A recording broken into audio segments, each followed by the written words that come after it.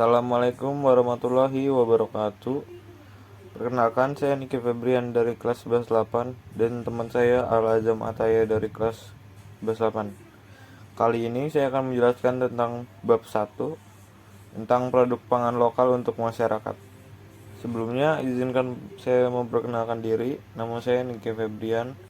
Perkenalkan, nama saya Al-Azam Ahtaya Rizky Ramadan dari kelas 11-8.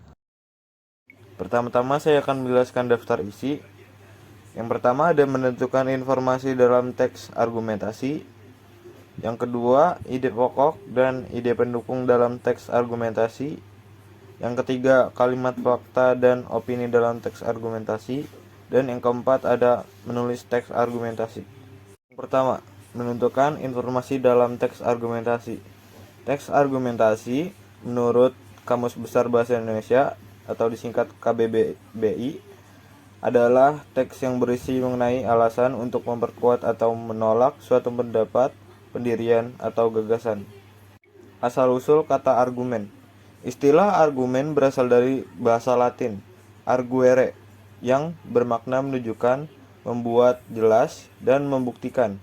Argumentasi dapat didefinisikan sebagai sebuah pernyataan yang disertai dengan pembenaran. Keterampilan berargumentasi merupakan fondasi dan berpikir logis dan kritis.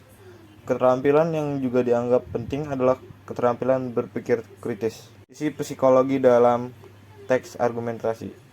Karangan argumentasi adalah suatu bentuk retorika yang berusaha untuk mempengaruhi suatu sikap dan pendapat orang lain, agar mereka ikut percaya dan akhirnya bertindak sesuai dengan apa yang diinginkan oleh pembicara.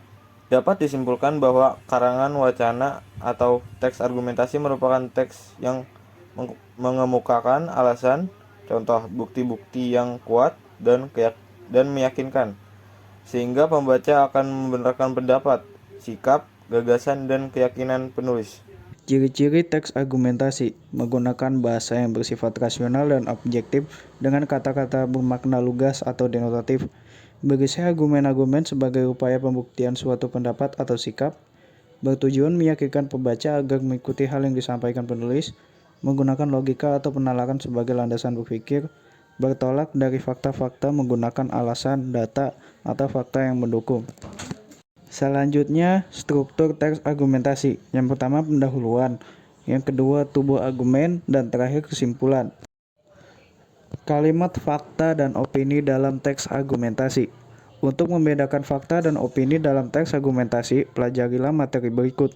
1. Fakta dalam teks argumentasi. Fakta adalah suatu peristiwa, hal atau keadaan yang logis, masuk akal, objektif, apa adanya, dan faktual berdasarkan kenyataan atau kebenaran, atau benar-benar terjadi, serta dapat dibuktikan kebenarannya. Fakta diperlukan sebagai pembuktian terhadap kebenaran yang disampaikan.